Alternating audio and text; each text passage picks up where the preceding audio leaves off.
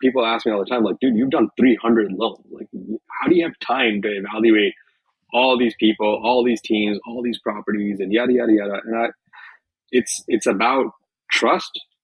It's about the right paperwork, Yeah. and it's about once you've done enough deals, you understand how deals work.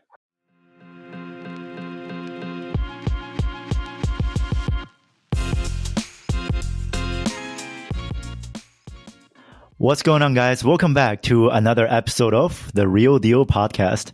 In today's episode, we have our guest, Jaspreet Baveja. How are you doing, Jaspreet? Welcome to the show. I'm doing well. Thanks for having me, you guys. All right. Why don't we start off by giving us a 30 seconds introduction on who you are? Well, I am a real estate investor, first and foremost, in this world. And before my family, before anything else comes, I'm a real estate investor. No, I'm just kidding. I have a father of four, a beautiful wife. I live in California. I invest in real estate passively and actively. And I've been in real estate investing since 2017. And traveling is my passion. Our whole family loves to travel. And just in the last 3 years, we've probably been to about 15 countries. So it just goes to show how much we love to travel. And I think overall, just love trading, no longer trading time for money, and enjoy my life overall. So what do you do now? Like, how do you trading your time with money? How do you not trading your time with money? Yeah, so I am a limited partner in about 7 different transactions, 7 different properties. And on top of that, I do private lending in the Indianapolis market. And I am also an active syndicator with Fairwinds Capital, where we now own and manage 800 units across the United States. So that part is the active, where I'm still trading some time for money. And most of the other stuff is all passive investing, where if I'm lending the money, it takes me a few hours, maybe 2 to 4 hours on a deal to vet the person, the deal, put the money in, and then 3, 6, 9 months later, the money comes back with profits. So I don't have to constantly track the deal or manage tenants or manage GCs. And that's been the passive side of my life for the past few years. I've done about 300 plus transactions in the private lending space now. Wow. And outside of that, it's the multifamily syndication side, which is recently became active because I was a limited partner. And then I was brought on to the general partnership side. And I'm loving that active side because I'm learning, I'm growing, I'm constantly meeting new people, raising capital, dealing with lenders, property managements, and just that's the growth part of my life that I've restarted again to say, okay, I'm now not just trading time for money and building somebody else's business. I am now a co-owner in this space, and I'm building my own portfolio and building that generational wealth beyond just investing my money and waiting for it to come back. So going back to the very beginning of the journey, what was your first deal like? Was that investing as a limited partner, or was it a single family? Yeah, what was that? So I think the first intentional investment, because I had homes that I bought, moved out of, went ahead and said, oh, let's just turn it into a rental and see how it goes. And did a couple of those before I really got into investing intentionally. And that was in 2017 when I was pushed by a very close friend of mine here in the Bay Area who said, hey, listen, you got to get into investing intentionally, and you got to buy properties where I'm buying properties, and that's in Indianapolis. I said, that's thousands of miles away from here. So nope, I've got a team, got a whole boots on the ground list of people that you can use, just get into it. So I went from 0 units at the time, I had sold everything I had, to 8 units within 6 months, and they were all 4 duplexes. So that was my first deal as an intentional sort of investment, and that was in Indianapolis back in 2017. And some of them did awesome, some of them did not so good. But in 2018, I was asked, as I was building the network of people that I knew, and wholesalers, flippers, other investors, brokers, agents, GCs, handymen, all these stuff, I was approached by another wholesaler who said, hey, listen, instead of buying a property, how about lending on one? And I was just, what? What do you mean lending? I'm not a bank. I can't lend on a property. And from that 2018 ask, I quickly rolled over, okay, I'm going to do this more often. and not buy properties and deal with tenants and toilets and termites and trash.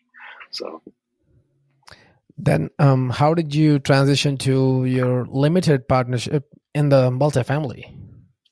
So that was, I was still at a job. I think it was 2018 that I was approached by someone that said, "Hey, listen, I know you got into real estate investing. I've heard you talk about it around the office a couple of times. I do the same stuff, but I'm invested through a friend of mine who runs this company, and they're buying properties local to us, so you can even go see it. How about investing in something like that that's got great returns?" And I said, "Oh, okay, yeah, that also sounds passive." And I'm getting more about the passive stuff. So met the operator in person, sat down, met her a couple of times, looked at the deal metrics, evaluated the neighborhood, and said, "You know what, the deal makes sense. Let's go ahead." And so that was my first limited partnership investment as well. And that was local to the Bay Area. Okay. And what did you learn from that deal? Did it help you to get into the active side, or you want to stay more in the passive side after that? Yeah, I think I only after I'd done about 5 of LP deals did I feel even remotely comfortable to say I'm interested in going to the GP side. Because as you see, and I didn't invest all 7 into one operator or one asset class. I did multifamily locally to the Bay Area, multifamily in Texas, warehouse deal in Colorado, an office space in Colorado, self-storage in Ohio, and all of these are different operators through different platforms that somebody I met on CrowdStreet, somebody I met through locally, somebody I met through word of mouth through AREA. So it was just, I think, learning how different operators and different asset classes operate, how they manage property management. Do they have vertical integration? Do they do market analysis? Do they focus more on value add? Do they focus more on cash flow? How do their investor updates look? How do their distributions work out? And just after seeing quite a few of those, did I say, okay, you know what? I've got a good sense of how they generate these reports. How do the K1s work? How do they manage their investor portals? How do they manage communication? Do they give out cell phone numbers? Do they just give out contact us at whatever.com and be done with it? Right. So just taking some of those best practices in and understanding how they operate, was I able to then say, okay, you know what? I feel comfortable enough to understand this process and go towards the GP side, take some of these best practices along and give my investors the insight, give them regular updates, give them access to deal details like P&L reports, all that stuff, and then came over to the GP side and brought them along. And it definitely took more than just one deal. So can you tell us a little bit about your first deal as a general partner? What was your role like? Oh, man. I bought my way into my first GP deal.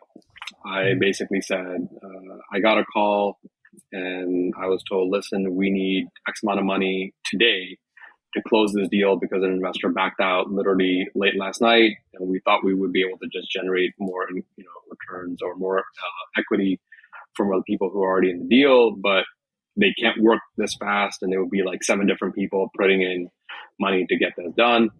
But we need that today. And in exchange, we're happy to give you a percentage of the GP and bring you onto the team. And you already have so much investing experience. We'd love to have you anyway.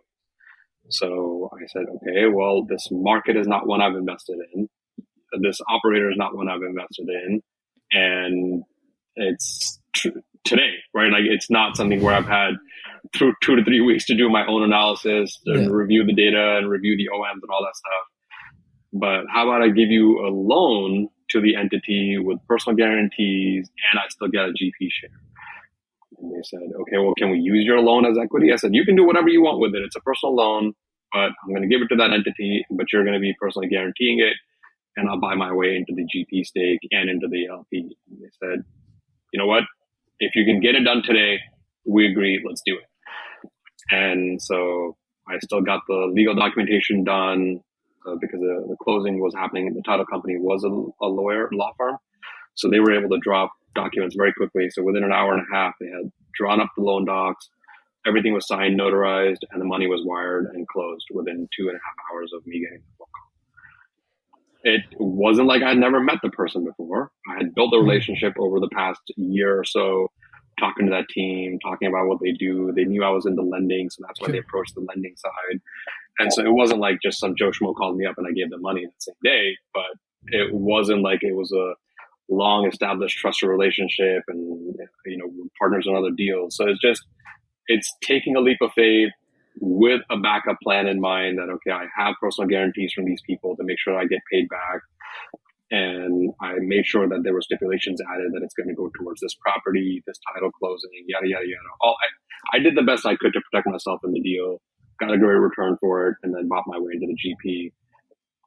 And then eventually they said, okay, well, rather than doing individual deals, we would love to have you on the GP general partnership, like main entity side. And I was lucky enough that I was brought on as a co-owner at the firm rather than just, individual stakes at individual property levels. That's a very thoughtful way to do your first deal as a GP. Is like, providing a loan that's personally guaranteed. That's the first time that I've heard a way like that to contribute value to the GP. And I think that just saying that you buy your way into it is kind of a simplification. You actually you definitely thought this through. So I want to commend you for that. That's really cool. Thank you. But, Go ahead, Alan. And it was more like, we need money by today. I'm like, what? Yeah. That's pretty scary. Like, we need it by today. You need to do the due diligence, understand the property and everything. But you have to give the today. But that was like great way that you got into GP with this route. Yeah. Yep. I think it's all about, people ask me all the time, like, dude, you've done 300 loans. Like, how do you have time to evaluate all these people, all these teams, all these properties, and yada, yada, yada. And it's about trust. It's about the right paperwork. Yeah. And it's about, once you've done enough deals, you understand how deals work. You're no longer worried about, oh my goodness, like, is this, as long as it's not some crime-ridden D- neighborhood, as long as the operator is somewhat smart, and at that time, the market was just nothing but, verticals up, right? Like, appreciation was up, rates were completely going nowhere, nothing was moving, there was no risk of anything. So it was a great time to get in, and I was able to leverage that to build my GP partnerships and get into the GP role overall. But I would say definitely do due diligence, but have faith in yourself. Trust the lawyers to do their job right. Verify everything, and then take action. Don't sit in analysis paralysis, whether it's days or weeks or months. Don't do that to yourself, because at some point, unless you take action, you're never going to move forward. Yeah. So for your other GP deals, what were your role like? Was it also somewhat similar? Because it feels like this is kind of a unique situation for your first deal. What was your second deal and the third deal like? Yeah. At that point, I was brought in to raise equity, deal with lenders, because I had done so many loans. I was used to writing and understanding and reading loan docs. And so at that point, I was brought in to say, okay, well, you have net worth, liquidity, so you can be our KP, and you can be the guy dealing with the lenders to figure out, okay, which term sheet really is the best way to go. Should we buy rate cap insurance? So, this thing is coming into the market. They're talking about it. Do we need it? And it was a resounding, heck yeah, we need to get it. And lucky enough, right, the rates just skyrocketed, and all of our deals that we bought with Bridge Debt have rate cap insurance on them. So we're protected. We're not bleeding money every month. So it was capital raising, net worth, liquidity, dealing with lenders, getting on phone calls, doing webinars. I brought the marketing team to the table as well that we've now hired. So it's just, you're doing anything you can and adding value wherever you can, whether it's networking or money or raising capital or dealing with any lenders or investors. It's just make sure that you are ready to take on whatever task is needed to get the property under contract, to get the property under control, to deal with investors, and to make sure your operation is doing well. So you did the 300 loans, you were LP, you were GP. When did you left your job?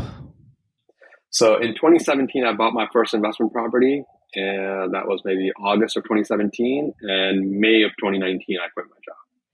And you told me you had a pretty high paying job. And how did they make that? How did you make that decision? Because if you make like at least 200, 250K, it's pretty hard. Everybody just have like, double thinking about that. Should I do it? Should I do not? Yeah. So on a Thursday afternoon, I remember in March or something, around my birthday's in March. And in January of 2019 or December of 2018, I told my manager that I'm going to be taking a 2-month vacation in June of 2019, and we're going to be gone.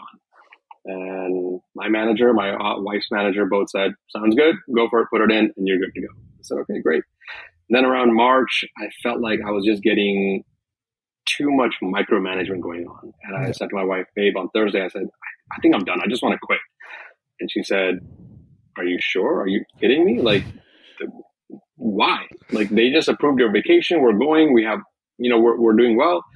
And I said, I just can't. I don't think I can deal with this micromanagement level. Like, I'm doing an amazing job. I'm getting commendations. I'm getting these awards. I'm getting, bonuses, and all that stuff is happening. But I'm just not feeling like I'm given this carte blanche of, okay, you have this role, go do it. Every single thing is getting nitpicked on. And she said, okay, well, let's talk about it. So Friday we came home after work, and she goes, you know what? I think we should seriously consider what you just said yesterday. Said, really? Already? She goes, yeah. So Saturday and Sunday we spent in going into a deep dive of our budget. Like, what did we spend money on? Down to the penny. Like, every single dollar that was spent over the last 12 months, mortgages, travel, vacations, cars, whatever we spent on, everything was in a spreadsheet. Daycare, classes, everything we did. And then we said, okay, if you left your job and if you make even 25% of what you make now from your passive investments, which I was already doing, can we survive? And by Monday morning, the resignation letter was at my manager's table. He'd be like, because bro, what happened? The answer was yes. He might be thinking, they what happened like, overnight? Wait, what? Yeah, and they basically said, can you give us through April or, something so that we have time? I'm like, you can take 4 weeks, 6 weeks, 8 weeks, whatever you want. I'm leaving in June to go out of the country. Give me at least 2 weeks before that to calm down. So we've got about 6 weeks. Is that good? They're like, yeah, that works. Okay, sounds good. So, I just worked with them to give them 6 weeks, but after that I was out. Your manager might be thinking about, did you find any gold mine or something, bro? Yeah, I don't know. But I told him, look, I invest in real estate and I'm going to go focus on that and live my life. I'm not going to be working. And that's it. Jaspreet, so if I understand, just help us understand this timeline, right? When was your very first limited partner deal? It was in 2017, you mentioned, or?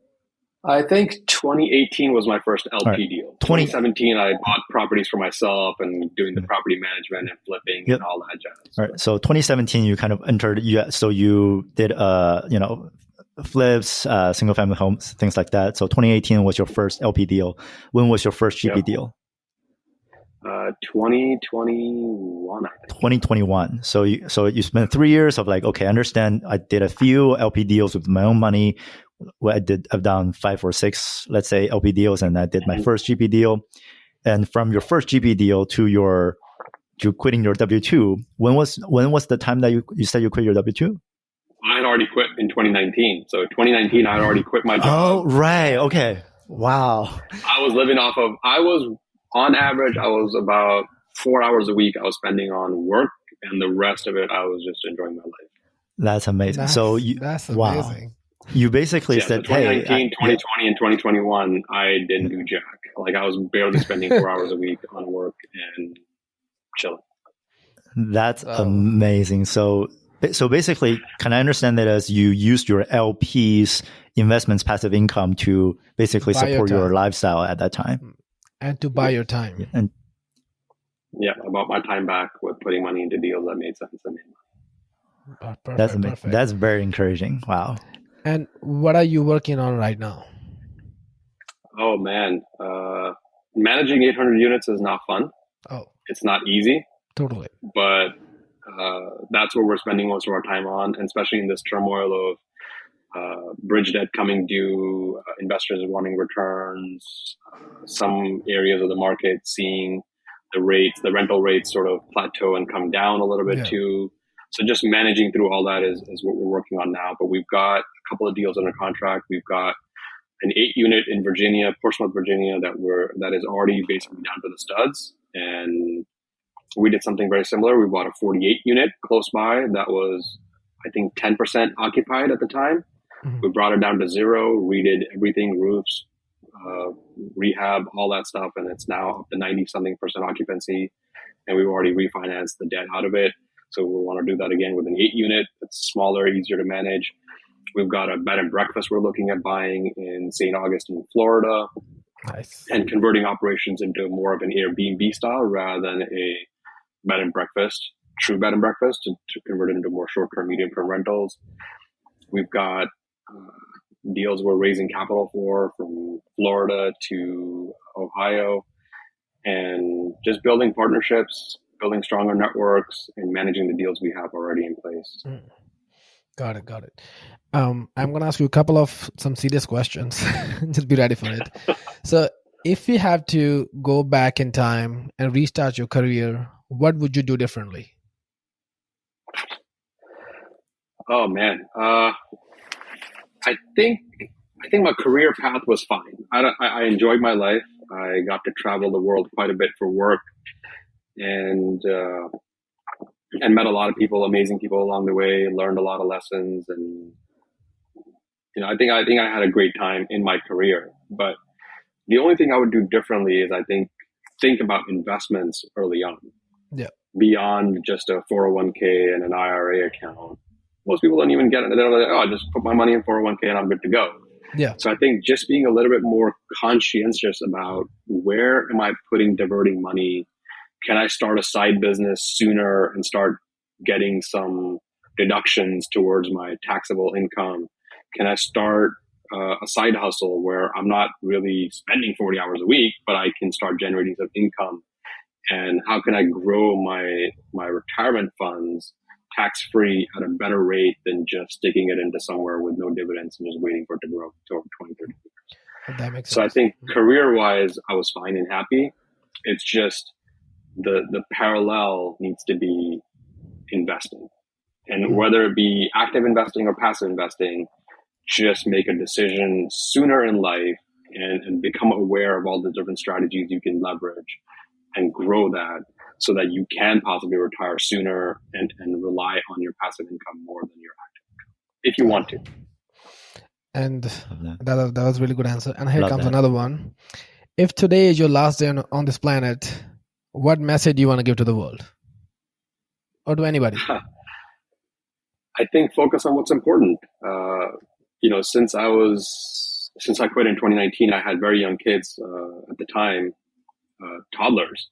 Mm-hmm. And I think being able to take them to daycares and their schools and 11 classes between the two kids a week, from gymnastics to cheerleading to soccer to all that stuff, I think focus on what's important. So if you can focus on family, your religion, your passions, whatever it is, whether it be traveling or giving or donating or building houses for people, whatever you want to do, yep. Focus more on your passions rather than just your job, and enjoy life. Because if you're not enjoying it, you're literally just slogging for absolutely no reason. Yeah. I don't care if you're making $1 billion a week, but if you're spending every waking day to make that billion a week, it's pointless. That's a great answer. Yeah. That is totally the right mindset. Thank you so much, Jaspreet, for your time. This is, just very inspiring to hear your journey from LP to GP and how you quit your job, because that's a lot of people are trying to do that. And I think real estate is a really good vehicle. So thank you for setting us an example for us. That was great. Sure, no problem. And before we wrap this up, and where can people reach out to you? I think LinkedIn is the best way to get in touch with me. If you can find me on LinkedIn, which should be easy enough to do, just send me a message there. We can set up a Calendly link depending on, hey, Jaspreet, I want to invest through you into these loans for 3, 6, 9 months, or hey, Jaspreet, I would love to work with you as a co-GP or as an LP into your deals. We can discuss all those in a conversation after I get in touch with you through LinkedIn. Perfect. All right, Jaspreet, thank you Awesome. so much for your time, and we'll see you another one. All right. Thank you so much. Bye-bye. All right.